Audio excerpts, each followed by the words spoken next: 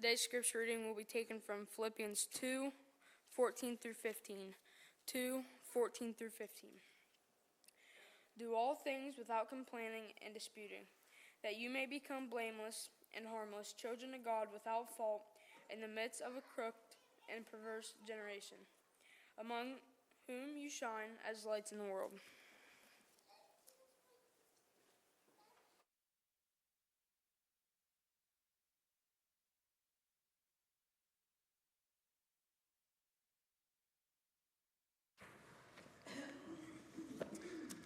Good evening, everyone. It's good to see you all here tonight. It's good to be with you here tonight. And if you'll turn also now in your Bibles to 2 Kings chapter 5. 2 Kings chapter 5. We'll start reading there in just a moment. Tonight we're going to be talking about what you see up there. Attitude's everything. And I like all those little, I guess like ping pong balls or something that have all the different, animations on them, all the different faces, different attitudes that we might display. And one of the things that I'm reminded of whenever I'm drinking my morning cup of coffee is that we inherited, whenever we got the house, a coffee cup that they left in one of the cabinets. And on it says, attitude is everything. So you guys are getting a lesson from my coffee mug tonight. But that's something that we should think about, isn't it? Is at the very beginning of the day, we need to think about our attitude, and we need to check our attitude. And we need to try our best to have a positive attitude, have an attitude that is representative of the blessings that we have through God. Now, tonight we're going to be talking about the attitudes that we find in 2 Kings chapter 5 through the story of Naaman, the leprous individual, the leprous commander of the army of Syria. So let's begin reading in this passage to refresh our minds of this story. 2 Kings 5, starting in verse 1, it says, Now Naaman, commander of the army of the king of Syria, was a great and honorable man in the eyes of his master, because by him the Lord had given victory to Syria. He was also a mighty man of valor, but a leper. And the Syrians had gone out on raids and had brought back captive a young girl from the land of Israel. She waited on Naaman's wife, and then she said to her mistress, If only my master were with the prophet who was in Samaria, for he would heal him of his leprosy. And Naaman went in and told his master, saying, Thus and thus said the girl who is from the land of Israel. Then the king of Syria said, Go now, and I will send a letter to the king of Israel. And so he departed and took with him 10 talents of silver, 6,000 shekels of gold, 10 changes of clothing, and he brought the letter to the king of Israel, which said, Now be advised, when this letter comes to you, that I have sent Naaman my servant to you, that you may heal him of his leprosy. And it happened when the king of Israel read the letter, he tore his clothes and said, Am I God to kill and make alive, that this man sends a man to me to heal him of his leprosy? Therefore, please consider and see how he seeks a quarrel with me. And so it was when Elisha, the man of God, heard that the king of Israel had torn his clothes, that he sent to the king, saying, Why have you torn your clothes? Please let him come to me, and he shall know that there is a prophet in Israel. Then Naaman went with his horses and chariot, and he stood at the door of Elisha's house. And Elisha sent a messenger to him, saying, Go and wash in the Jordan 7 times, and your flesh shall be restored to you, and you shall be clean. But Naaman became furious, and went away and said, Indeed, I said to myself, he will surely come out to me, and stand and call on the name of the Lord his God, and wave his hand over the place, and heal the leprosy. Are not Abana and the Pharpar, the rivers of Damascus, better than all the waters of Israel? Could I not wash in them and be clean? And so he turned away in a rage. And his servants came near and spoke to him and said, My father, if the prophet had told you to do something great, would you not have done it? How much more then when he says to you, Wash and be clean? So he went down and dipped 7 times in the Jordan, according to the saying of the man of God. And his flesh was restored like the flesh of a little child, and he was clean. This is the story, and this is a profound story. This is a very awesome story of the power of God. But there's also all of these attitudes that are being displayed throughout this passage. And so we're going to take the time to look at those attitudes and make some self-application tonight as we go through this. The first one is the I thought attitude. We see that he had this I thought attitude at the very beginning of this story. Naaman expected something different than what the prophet had given him. He goes out there and he expects a different, whatever it is. As he said, he's like, I expected that he was going to, go out and wave his hand over the place, that he was going to have his rod over the place. There was going to be some big ceremony. I thought this was going to be the case, but then was disappointed because it didn't happen that way. Now, how many times today do we have this same problem where we have this I thought attitude and we begin to think about things and we think, well, I think that this should be how it is because how awesome would this be and how elevated is this? Should be how it is because of how amazing this would be. We see this demonstrated all over the place. Oftentimes I know that I bring this up is that, we think that a better worship would be, to add instruments in. That's what a lot of people think. If we just add some musical instruments, if we just get a band up there, well, why stop there? If we got a band up there, then let's put some lights up there and we have a light show. And if that's not good enough, then let's have some fireworks and stuff too. I absolutely love fireworks. I'll be in charge of that for sure. Let's add all of these things. Let's have, extra. Could we not do that? Could we not have those attitudes? There are so many people today that do, that have this I thought attitude. But what's important? Well, what's important is that we need to be concerned with what God thinks and how God thinks about things. So let's turn to Isaiah chapter 55 and read just a couple of passages about God's ways.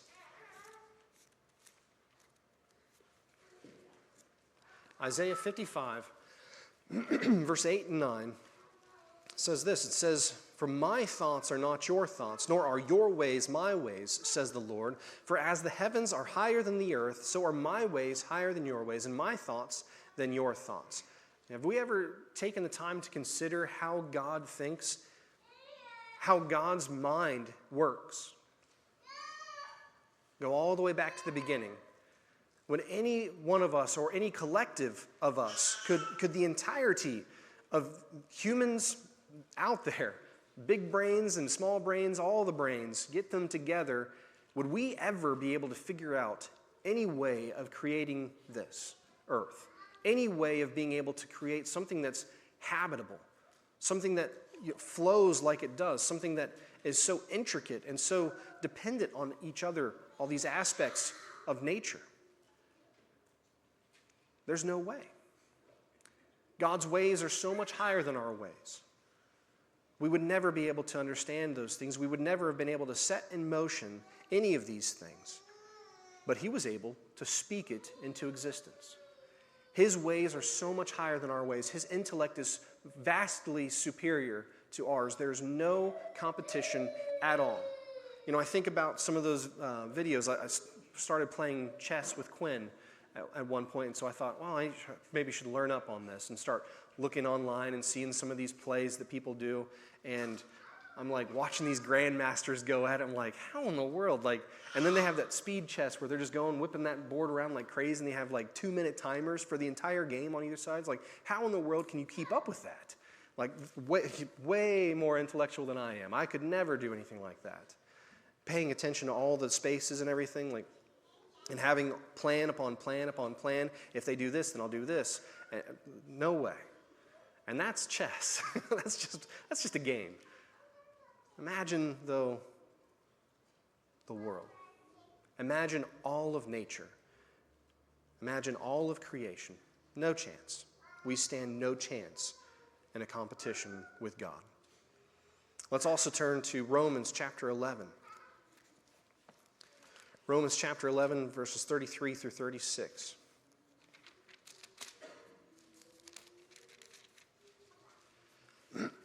It says, "Oh, the depth and the riches, both of the wisdom and knowledge of God. How unsearchable are his judgments and his ways past finding out. For who has known the mind of the Lord, or who has become his counselor, or who has first given to him, and it shall be repaid to him? For of him and through him and to him are all things, to whom be the glory forever. Amen." He was the one that orchestrated the scheme of redemption.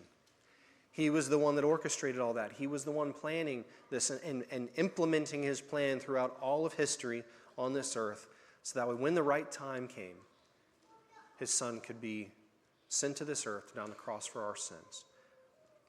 Could any of that happen if we had this I thought attitude? No, absolutely not. And so we need to do our best to get rid of that I thought attitude and be more concerned with what God thinks and have a what does God think attitude. What is God's will for me? The next attitude that we see is how he's expecting more. This expecting more attitude.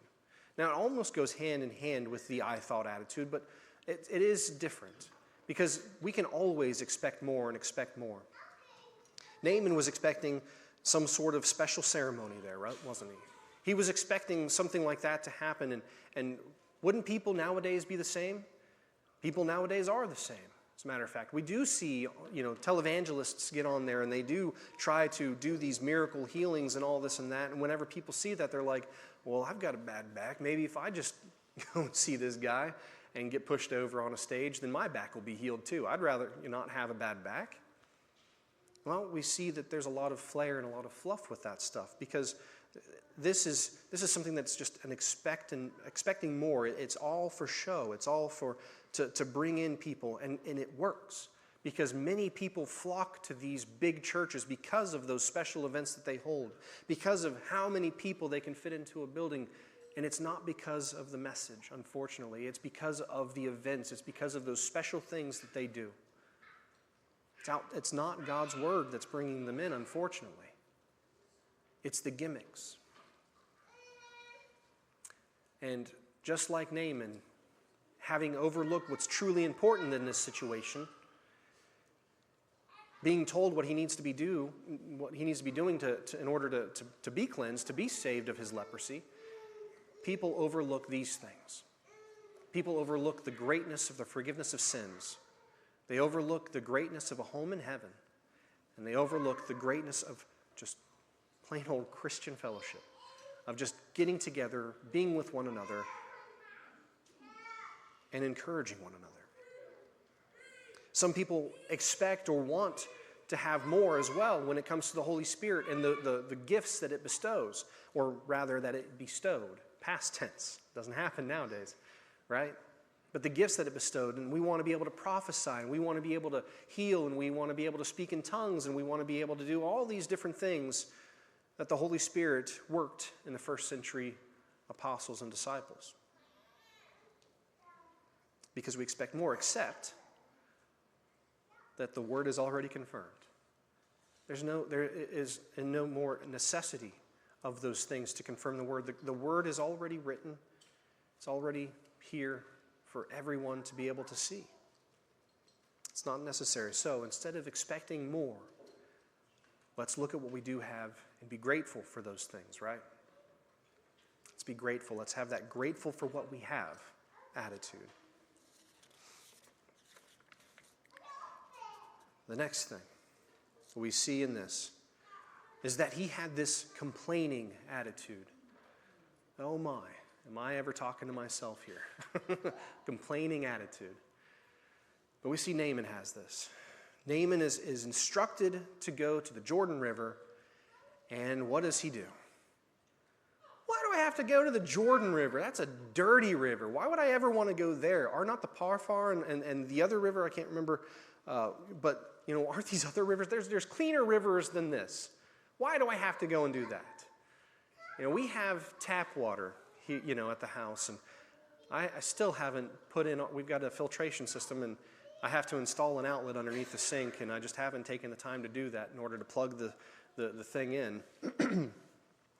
But how many people would be grateful and be thankful and be like, that's a miracle that you can just turn on tap water and just have clean drinking water right there, because their water is muddy and filthy and all these things. But yet, I just don't like the taste of the water. It just doesn't taste right to me. I'm too bougie for just regular old tap water. Let's get rid of that complaining. It's not good enough. If we have that not good enough attitude, then guess what? It's going to just proliferate. It's going to continue. As soon as complaining starts, somebody else is like, well, yeah, you're right. That water doesn't taste as good as purified water out of the, 13 reverse osmosis, different types of, filtration system that you have. Same thing can happen here in church. He had this cure to his otherwise incurable disease.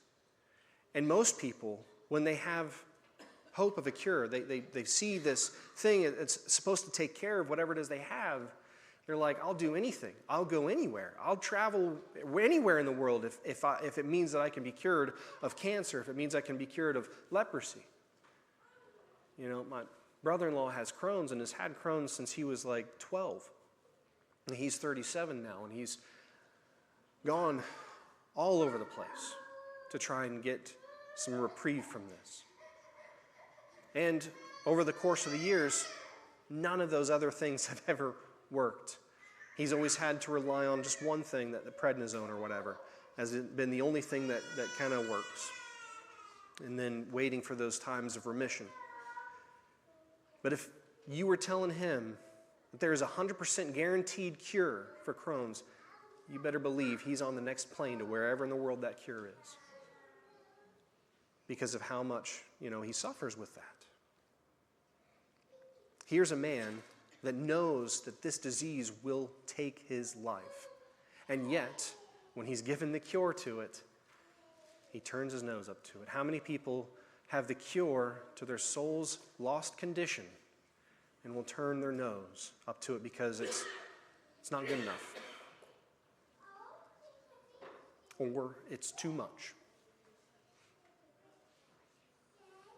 We'll find something to complain about. Let's turn to Philippians. Philippians chapter 2, starting in verse 13.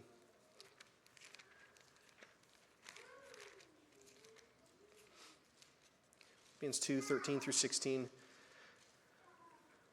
Let's go back to verse 12. It says, "Therefore, my beloved, as you have always obeyed, not as in my presence only, but now much more in my absence, work out your own salvation with fear and trembling, for it is God who works in you, both to will and to do his good pleasure.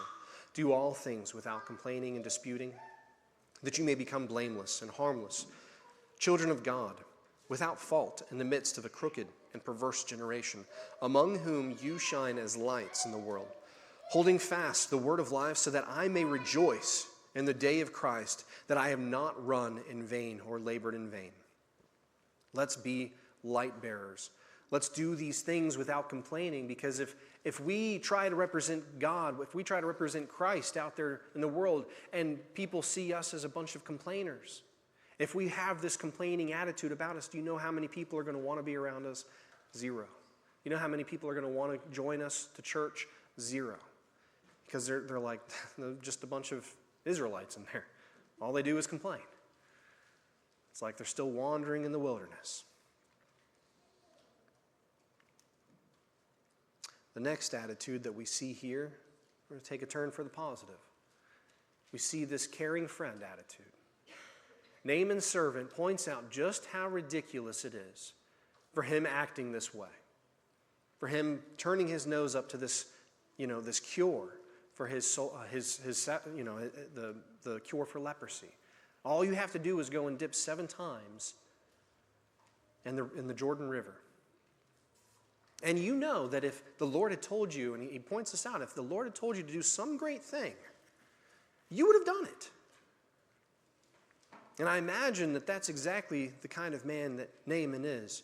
Now he is, he holds this office of commander of the army. He is in a prestigious placement, has high honor. And if Naaman had said, you need to go on this hill over here, and you need to slay this dragon. You need to go and find some very specific, beast that needs to be slain. Or you need to go to this area over here, and you need to take over such and such an area. If he's set up some sort of, thing, an objective for him, something that was going to bring him honor, something that was going to bring him praise, he would have done that. He would have jumped at the chance to have done some great thing. However, because this is such a small thing, because it's such a little thing, because it's such a humbling thing, he turns his nose up to it. And how many of us would be lucky to have a friend like this that Naaman has in one of his servants? We talked about friendships that we should have last week, and we talked about exactly this, how we need to have a friend that is caring enough. Sometimes we don't think it this way, but we need to have a friend who's caring enough to point out whenever we're acting like this, to point out whenever we're acting out of line, whenever we're thinking, hey, this isn't good enough for me, and they're like, no, check yourself, because this isn't the way. You need to straighten up. We need to have this friend in our lives. We need to be this friend to others. And let's not forget the servant girl as well. How she had taken notice of his dilemma. How she's the one that even put the bug in the ear to begin with. And she could have had a terrible attitude towards these people that captured her and took her into this forced labor, this forced service that she had to perform. But she said, you know what, if he just knew the prophet that's in Samaria, if she just knew him, if she just knew the Lord, he would be able to cure that. We need to be these kinds of friends. Let's turn our passage in James. James chapter 5. Verses 19 and 20, it says, Brethren, if any among you wanders from the truth, and someone turns him back, let him know that he who turns a sinner from the error of his ways will save a soul from death and cover a multitude of sins. Whenever Rick was coming in tonight, he was committing a fashion, terrible fashion show. And Mike was able to save him. He could have been embarrassed the whole time whenever he put his jacket on. Collar was flipped up. But Mike was being a caring friend, and he's like, no, Rick's not going to endure that embarrassment having his collar turned up throughout the entire service. So he was a caring friend to Rick. So we need to be that way. We need to do those kinds of things, big or little. Whatever it is, let's be a caring friend to one another. And finally, we have the obedient attitude. Whenever he finally realized, you know what? You're right. That is a little bit ridiculous on my part. I'm being foolish. Here are the commands of Elisha. These are the things that I need to do. This is all that I need to do. And he does it. He goes and dips in that river, Jordan, 7 times. And as he's dipping down once, twice, it's not like, I don't imagine it as being like every time that he dips a little bit more is clean and a little bit more is healed.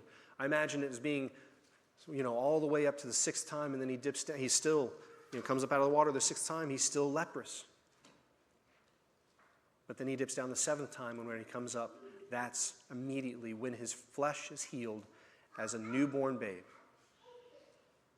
The obedient attitude served him well. And it will serve us well also. We need to put away our pride. We need to put away those things that we think are all these other attitudes that we discussed that we need to put away. Put all those things away. Get our pride out of our way and be obedient to God. Obey his commands. He has left us instructions on how to live and what to do in this life. His ways, as we discussed, are higher than our ways. He knows what he's talking about. We should follow him, we should trust him, and be obedient to him. Just a few passages, and then the lesson will be yours. Let's turn to 1 Samuel. 1 Samuel 15, verses 22 and 23 says, So Samuel said, Has the Lord as great a delight in burnt offerings and sacrifices as in obeying the voice of the Lord?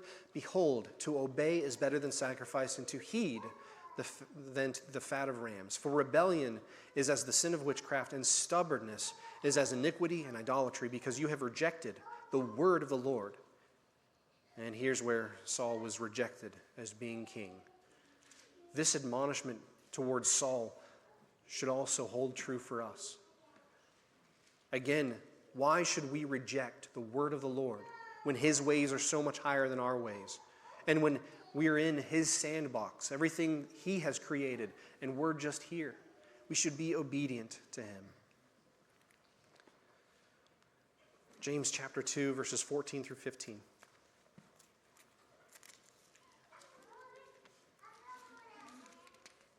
It says, "What does it profit, my brethren, if someone says that he has faith but does not have works? Can faith save him? If a brother or sister is naked and destitute of daily food, one of you says to them, 'Depart in peace, be warmed and filled,' but you do not give them the things which are needed for the body, what does it profit?" We need to go out and do these things, and not just say in word, but also in deed. Be obedient. Do the things. Have that faith that has works behind it. Faith motivates us, should motivate us to do these things. We need to be obedient. And then one bonus passage, a few more passages or pages over, 1 Peter 3, 18 through 22, says, "For Christ also suffered once for sins, the just for the unjust, that he might bring us to God, being put to death in the flesh, but made alive by the Spirit, by whom also he went and preached to the spirits in prison, who formerly were disobedient, when once the divine long-suffering waited in the days of Noah, while the ark was being prepared, in which a few, that is 8 souls, were saved through water." So here's where these folks were saved through water. Naaman was saved through water, right? There's also an antitype, which now saves us. Baptism, not the removal of the filth of the flesh, but the answer of a good conscience toward God. Through the resurrection of Jesus Christ, who has gone into heaven and is at the right hand of God, angels and authorities and powers having been made subject to him. Folks, we need to dip in the water as well. We don't have to dip down 7 times. We don't have to be immersed 7 times like Naaman did. But we do need to be immersed. We need to be baptized for the forgiveness of our sins in accordance with God's will in order to be obedient to him. If you have need of the gospel call today, don't hesitate, don't wait to be obedient to him. If you have struggled in your life and you need a caring friend of us, we need to be a caring friend to you. Let us know. Please let us know so that we can do whatever we can for you. We can pray with you. We can pray for you. If you have need of the gospel call in any way, please let us know by taking a seat on the front as we stand and sing.